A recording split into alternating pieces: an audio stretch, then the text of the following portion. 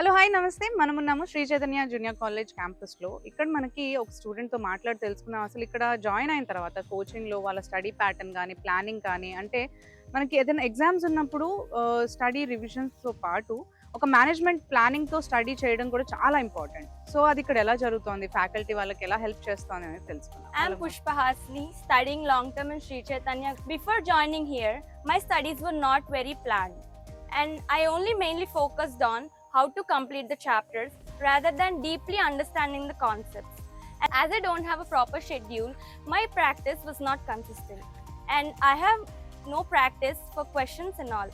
After joining in Sri Chaitanya for NEET coaching, my practice was completely changed. Here, everything is structured and prepared. So they produce a daily timetable which tells us very clearly what to study every day and how much we should study and the practice of questions.